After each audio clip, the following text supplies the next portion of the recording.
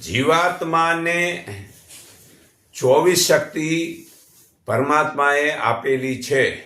તો જાણો, એક બળ આપેલું છે, બીજું પરાક્રમ આપેલું છે, ત્રીજી પ્રેરણા આપેલી છે, ચોથી આકર્ષણ આપેલું છે, પાંચમું ગતિ આપેલી છે, છઠ્ઠું ભિક્ષણ આપેલ છે, સાતમું વિવેચન આપેલું છે, આઠમું ક્રિયા આપેલ છે, નવમું ઉત્સાહ આપેલ છે, અને 10મું સ્મરણ આપેલું છે, 11મું નિશ્ચિત આપેલું છે, 12મી ઈચ્છા આપેલી છે, 13મો પ્રેમ આપેલો છે, 14મો વેર, 15મો સહયોગ, 16મો વિભાગ, અને 17મું સંયોજન, અને 18મો વિભાજન, 19મું શ્રાવણ, અને 20મું સપરસ, અને 21મું દર્શન, અને 22મું સ્વાધન, 23મું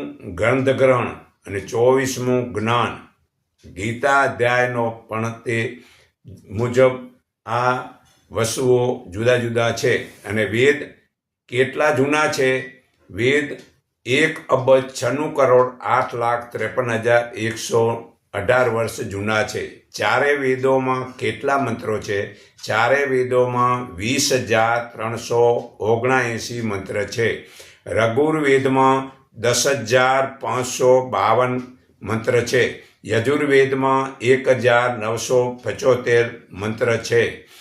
સામવેદમાં 1,875 મંત્ર છે. અથર્વવેદમાં 5,977 મંત્ર છે. વેદોનું જ્ઞાન સૃષ્ટિની શરૂઆતમાં પરમાત્માએ 4 ઋષિઓને સમાધિમાં આપ્યું, જેમના નામ એક અગ્નિ, બીજા વાયુ, ત્રીજા આદિત્ય, ચોથા અગિરા હતા.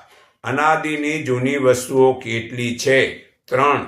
જીવ, પ્રકૃતિ અને ઈશ્વર.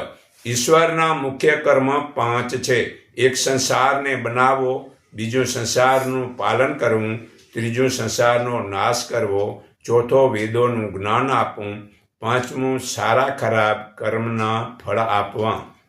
ઈશ્વરનો મનુષ્ય સાથે શું સંબંધ છે?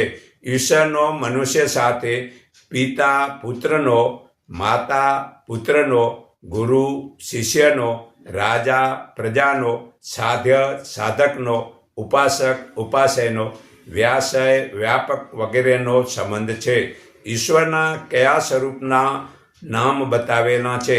વેદોમાં ઈશ્વર